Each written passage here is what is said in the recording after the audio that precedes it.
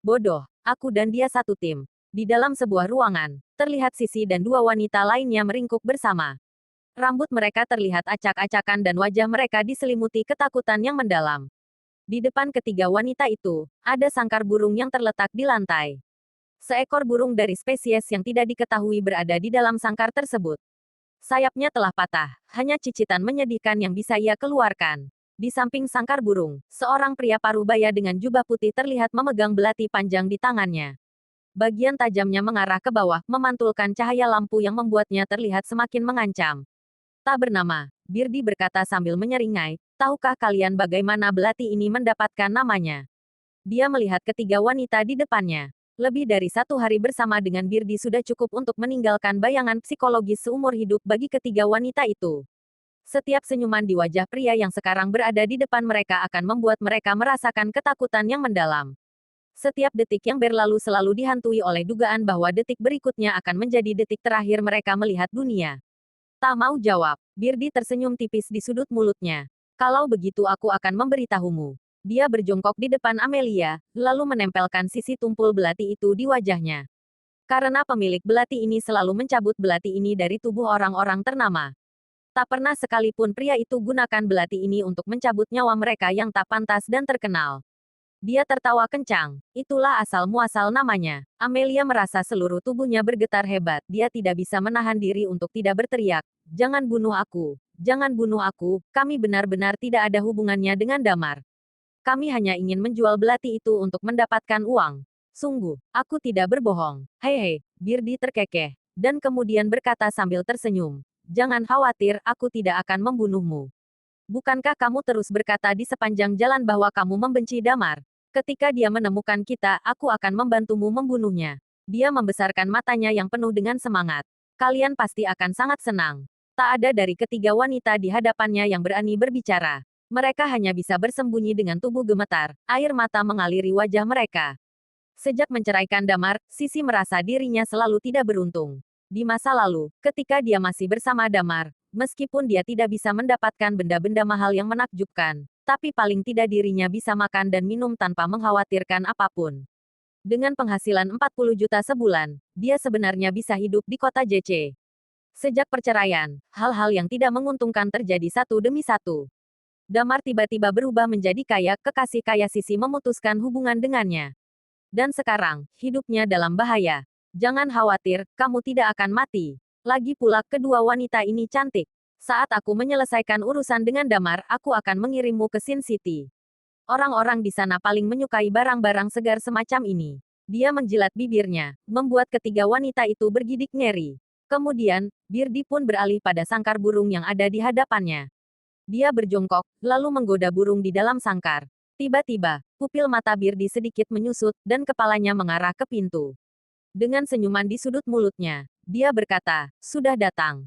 Brak, detik berikutnya, sesosok tubuh terpelanting ke dalam ruangan dengan suara yang mengerikan. Pintu yang dilewati hancur, menyebabkan suara yang memilukan. Ah, ternyata tubuh yang terlempar masuk ke dalam ruangan adalah wanita dengan tubuh berisi itu. Dia mencoba untuk berdiri, tapi malah terbatuk dan memuntahkan darah. Sisi bersama dua wanita lainnya tak bisa menahan diri untuk tidak berteriak, terkejut dengan pemandangan mengerikan itu. Sebuah tangan menyentuh ambang pintu, lalu sesosok wajah yang familiar pun menyeruak masuk. Sosok Damar yang berjalan masuk ke dalam ruangan membuat Sisi dan Amelia terbelalak menganggap dirinya sebagai harapan bagi mereka. Mata Damar menyapu ketiga wanita di dalam ruangan selama sesaat, sedikit menghela napas ketika memastikan ketiganya aman. Lalu, dia mengarahkan matanya ke arah Birdi, dan berakhir pada belati panjang di tangan pria itu. Milikku, gumam Damar. Memang Night Watcher Zero. Awalnya, aku mengira kau akan memerlukan waktu 3 hari untuk menemukanku. Tak disangka, dalam 1 hari saja, kau langsung menemukan keberadaanku di kota LH. Birdi berdiri, lalu menyarungkan belati panjang tersebut ke dalam sarungnya. Kemudian, dia mengangkat sangkar burung yang ada di depannya. Damar menatap Birdi dengan tajam. Katakan, apa kau sudah memilih cara untuk mati? Air mata Sisi mengalir, merasa dirinya memiliki harapan untuk hidup. Di sebelahnya, Amelia tidak peduli bahwa pria di depannya adalah menantu laki-lakinya yang telah dia siksa selama bertahun-tahun. Dia berteriak dan berkata, Damar, tolong kami. Teriakan tersebut hanya ditanggapi Damar dengan satu lirikan. Menyelamatkan ketiga wanita itu hanya bisa dilakukan dengan satu cara, yaitu menghabisi Birdi. Birdi bertepuk tangan dan berkata, benar-benar pantas menjadi mantan Night Watcher Zero, percaya diri dan sombong. Dia menyipitkan matanya sedikit dan berkata, tidakkah kamu pernah berpikir mengapa aku, orang ke-19 dalam daftar pembunuh profesional, berani menantang dirimu untuk datang?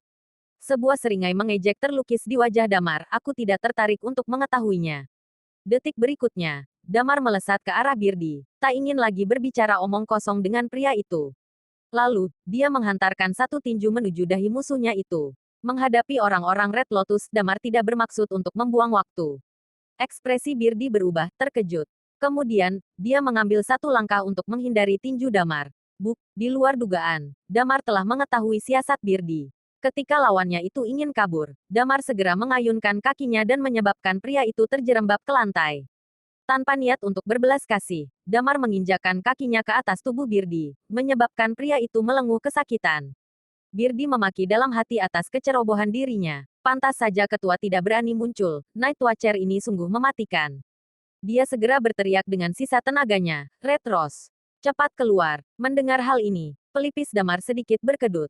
Dalam hatinya, dia membatin, dia sungguh. Tak, tak, tak. Suara sepatu hak yang bertemu dengan lantai bergema dari sisi ruangan yang lain. Satu sosok dengan tubuh menggoda dan wajah memesona muncul dari balik pintu. Red Rose, gumam Damar dengan mendesis. Red Rose tersenyum dengan begitu manis ke arah Damar, lalu dia menatap Birdi. Sebuah ekspresi mengejek terlukis di wajah wanita itu. Hehe, menyedihkan sekali. Wajah Birdi berubah bingung. Kenapa kamu sendirian? Bagaimana dengan yang lain? Mereka semua kupindahkan, Red Rose berkata sambil terkekeh. Wajah Birdi menghijau, merasa sangat marah. Dia memandang Red Rose dan berteriak, apakah kamu gila? Kali ini kita berurusan dengan mantan Night Watcher terhebat. Senyum Red Rose menjadi lebih memesona. Dia memandang Birdi dengan geli. Kamu bodoh. Apa kamu belum menyadarinya? Aku dan dia berada dalam kelompok yang sama. Birdi tercengang. Dia membeku di tempat. Otaknya berputar, mengevaluasi kembali mengenai semua hal yang terjadi. Sekejap, dia langsung mengerti tentang banyak hal. Baru satu malam sejak Birdi tiba di kota LH. Namun, Damar bisa dengan cepat menemukan lokasinya. Sekarang, jelas sudah, Red Rose yang memberitahu Damar mengenai keberadaannya. Damar melirik Red Rose, dia merasa kewaspadaannya terhadap wanita itu sedikit menurun, untuk saat ini. Sejujurnya, dalam perjalanan, Damar masih sangat khawatir bahwa semua ini adalah perangkap Red Rose dan Red Lotus untuknya. Namun sepertinya, kekhawatiran Damar itu sama sekali tidak diperlukan. Red Rose, apa kamu gila? Jika kamu melakukan ini, ketua tidak akan melepaskanmu. Di dahi Birdi, keringat dingin langsung mengalir. Patua Lukas tidak berani keluar sendiri. Dia hanya berani sembunyi di pojok. Untuk apa aku takut kepadanya? Jelas Red Rose. Kalau begitu, mereka tidak akan membiarkanmu pergi. Teriak Birdi lagi. Damar menghela napas merasa pusing dengan percakapan kedua orang itu. Karena kesal, dia bergegas menghampiri Birdi lagi. Kebetulan, dia melewati meja tempat kedua belatinya berada. Damar meraih salah satu belati, lalu dengan cepat menebasnya ke arah tenggorokan Birdi. Suara lenguhan dan tersedak yang dikeluarkan oleh Birdi mengejutkan semua orang. Tak ada yang menduga bahwa Damar akan bertindak dengan begitu cepat. Amelia yang belum pernah melihat pemandangan mengerikan seperti itu segera berteriak. Selama 3 tahun terakhir, Damar, mantan menantunya selama 3 tahun lebih, telah membunuh seseorang di depan matanya sendiri. Seorang Damar yang bersedia dipukuli dan dimaki selama 3 tahun oleh Amelia dan keluarganya. Ketiga wanita di dalam ruangan itu bergidik ngeri melihat pemandangan mengerikan di depan mereka.